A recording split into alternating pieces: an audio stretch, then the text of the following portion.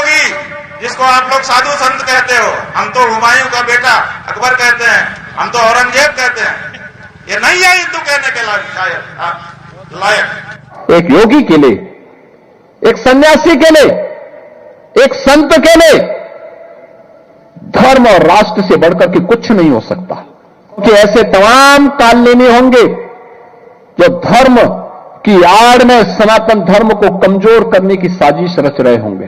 तो जो राक्षस गाय, ब्राह्मण और देवता को क्षति पहुंचाते थे, वो काम तो आपके काम में कारण समय में हो रहा है। काम राक्षसों का है और चोला साधुओं का है। यही तो कालनेमी होता है, और कौन कालनेमी होता है? हर व्यक्ति शंकराचार्य नहीं लिख सकता।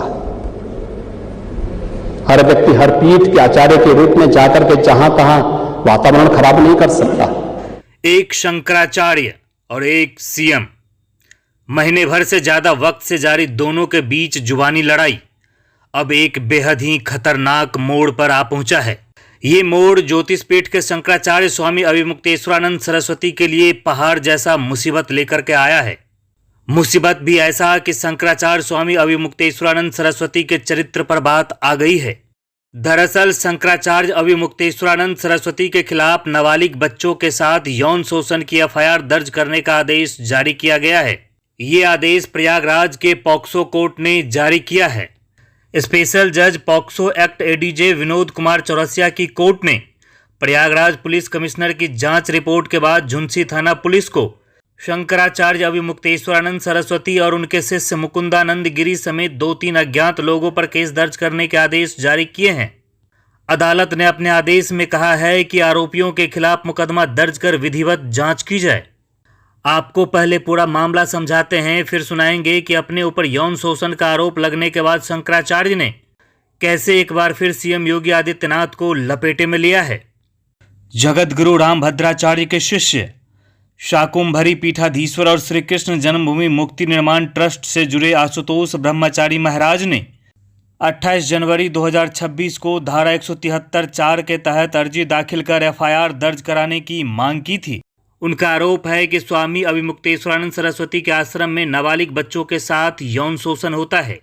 उन्होंने इस संबंध में एक सीडी भी अदालत को सौंपने का दावा किया। 8 फरवरी को भी इस मामले की सुनवाई हुई थी। इसके बाद 13 फरवरी को आरोप लगाने वाले दोनों नाबालिगों के साथ आशुतोष ब्रह्मचारी अदालत पहुंचे, जहां वीडियोग्राफी के साथ दोनों के बयान दर्ज किए गए। कोर्ट ने पुलिस रिपोर्ट को भी संज्ञान में लिया और सुनवाई पूरी होने के बाद फैसला सुरक्षित रख लिया था।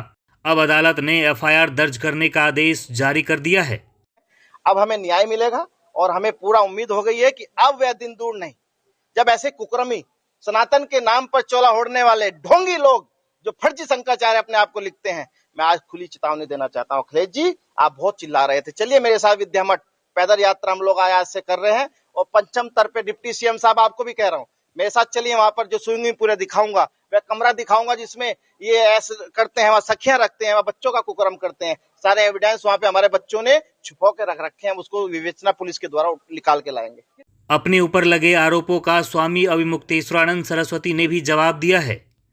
उन्होंने फिर से एक बार योगी आदित्यनाथ को अपने निशाने पर लिया और कहा कि हम आरोपों का सामना करेंगे। हम योगी आदित्यनाथ थोड़े ही हैं कि अपने ऊपर लगे तमाम आरोप हटवा लेंगे। कालनेमी जो है वो बहुत सारे कालनेमियों का इस समय संगठन बन गया है कि हम तुमको कहेंगे कि तुम जगत गुरु हो, तुम हमको कहना कि हम जगत गुरु हैं। जगत गुरु का खेल खेलेंगे और जनता को मूर्ख बनाएंगे, और जो सच्चे हैं उनको डरा देंगे कि तुम बोल नहीं सकते हो। अब अविमुक्तेश्वरानंद सरस्वती गुनहगार हैं या नहीं, इसका फैसला तो अदालत ही करेगा। मगर कोर्ट की ओर से उनके खिलाफ एफआईआर दर्ज करने का जो आदेश जारी किया गया है, उससे इतना तो तय है कि अविमुक्तेश्वरानंद सरस्वती की मुश्किलें आने वाले दिनों में बढ़ने वाली है। आपको हमारा ये वीडियो कैसा लगा, हमें कमेंट कर ज़रूर बताइए। और हाँ, अगर आपको हमारा ये वीडियो पसंद आया हो तो हमारे चैनल को सब्सक्राइब ज़रूर करें। धन्यवाद।